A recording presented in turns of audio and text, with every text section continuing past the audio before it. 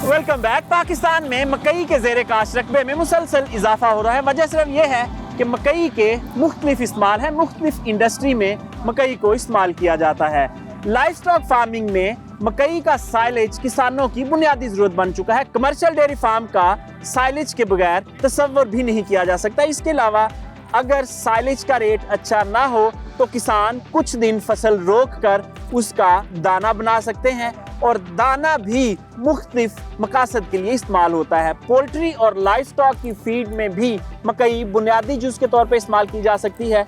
इसके अलावा इंसानी खुराक में भी मकई इस्तेमाल होती है, और मुख्तलिफ अद्वियाती मकासद के लिए भी मकई इस्तेमाल की जा सकती है। इसलिए किसान भाइयों, मकई की काश्त किसी सूरत भी नुकसानदेह नहीं हो सकती।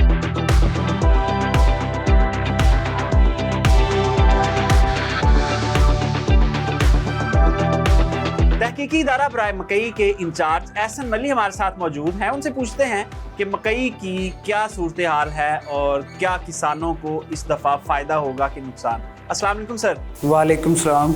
सर ये फरमाएं कि मकई की अगर कैलकुलेशन हम करें तो 3000 रेट हो फी मन तो फिर वारा खाता है। इस वक्त मार्केट में 1800 से 2021 रुपये चल रहा है, तो आपको लगता है कि ये फिजिबल रेट है किसानों के लिए? जी, आप बिल्कुल ठीक फरमा रहे हैं कि मकई की काश्त पे जो हमारी पैदावारी लागत है वो अगर हम उसकी बात करें तो वो 40 केजी मकई पैदा करने के लिए हमें 2000 रुपया पर 40 केजी जो है वो खर्च करना पड़ता है।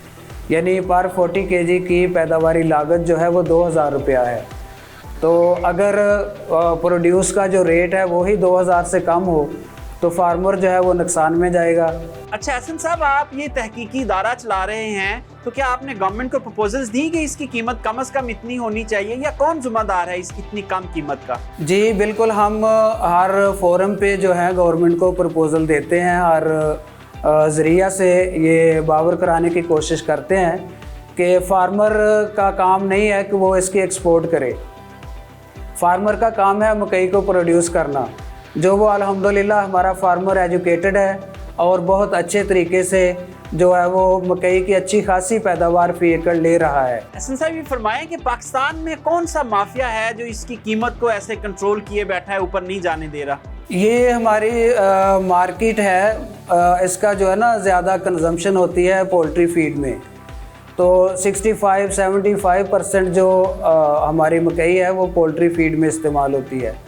तो जब उनको कोई इसका अल्टरनेट मिल जाता है तो फिर इसकी जो मांग में कमी हो जाती है, और हमारा एक्सपोर्ट का कोई सिस्टम है नहीं। एहसन साहब आपने फरमाया कि जो पोल्ट्री को अल्टरनेट मिलता है तब इसकी कीमतें जो है वो पोल्ट्री वाले कम करते हैं, लेकिन सोयाबीन इस वक्त पाकिस्तान में इंपोर्ट होके नहीं आ रहा उस बड़े स्केल पे, तो फिर अल्टरनेट तो मकई का कोई नहीं है। मकई का जो इंग्रेडिएंट फीड में इस्तेमाल होता है वो तो वैसे ही हो रहा है, वो बड़ा है, कम तो नहीं हुआ।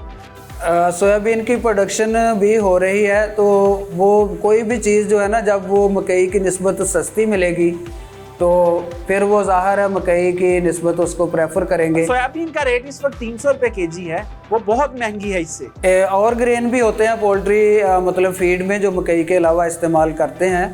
तो मेन वजह यही है कि हमारी जो मकई है उसकी क्वालिटी जो है वो पोस्ट हार्वेस्ट लॉसेस की वजह से उसकी क्वालिटी लो हो जाती है, उसमें अफ्लाटॉक्सिन और फंगस का इशू आ जाता है। एहसन साहब ये फरमाएं कि किसानों की कैपेसिटी बिल्डिंग के लिए, ट्रेनिंग्स के लिए अच्छी पोस्ट जो प्रोडक्शन हार्वेस्ट टेक्नोलॉजीज़ हैं उनको एजुकेट करने के लिए कोई किसानों के लिए ट्रेनिंग प्रोग्राम आपने को अरेंज किए हों, कोई हुकूमत को तजवीज़ दी हो?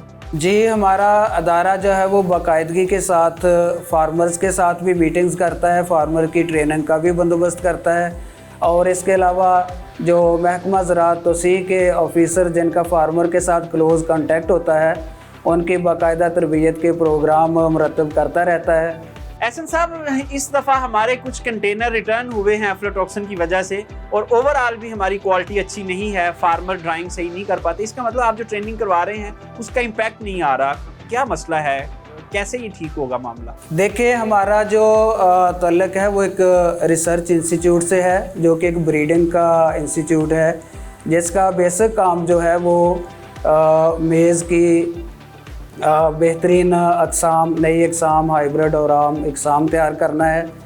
तो ये पोस्ट हार्वेस्ट का जो इशू है ये थोड़ा ब्रीडिंग से हट के आ जाता है। इसके लिए और फरमाएं कि जो आपका काम है वो ब्रीडिंग है, ये फरमाएं कि इस वक्त 4-5 मल्टीनेशनल कंपनीज हैं, उनका ही बीज पाकिस्तान में लार्ज स्केल पे फरोख्त हो रहा है, यानी यूं कह लीजिए कि 90% बीज उनका बिक रहा है। तो आपने जो वैरायटी डेवलप की है वो कौन सी हैं और वो कहाँ कहाँ बिक रही है, स्केल क्या है उनका? अब सूरत हाल डिफरेंट है जी। पहले ऐसा ही था कि बहुत ज़्यादा इम्पोर्टेड सीड इस्तेमाल होता था। उसकी वजह ये थी कि मकई का जो सीड है, बिलखसूस हाइब्रिड सीड जो है, वो बनाने के लिए एक ख़ास तरीक़ाकार होता है, ख़ास इन्वायरमेंट होती है। ये दूसरी फसलों की निस्बत बहुत ज़्यादा मुश्किल काम है और इसके लिए खसूसी जो है वसाइल की ज़रूरत होती है, जो कि अदारों के पास नहीं है।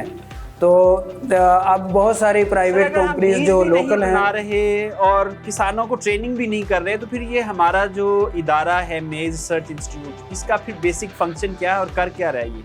इसका बेसिक पर्पस जो है वो है नई वैरायटीज़ डेवलप करना। अब अदारे के पास जो है वो बेहतरीन हाइब्रिड मौजूद हैं और पंजाब सीड कॉरपोरेशन के साथ हमारा MOU भी साइन हुआ है। अपने वसाइल के मुताबिक हम 5 से 10,000 एकड़ का सीड जो है वो अदारा बना सकता है। जी एहसन मलिक साहब, आपके वक्त का बहुत शुक्रिया। हमारे पास इदारे हैं, डायरेक्टर्स हैं, लोग हैं, मशीनरी है, लेकिन फिर भी जो काम है वो आप सबके सामने है। हम एक का काम दूसरे पे और दूसरे का काम तीसरे पे डाल के अपनी जान ही छुड़ा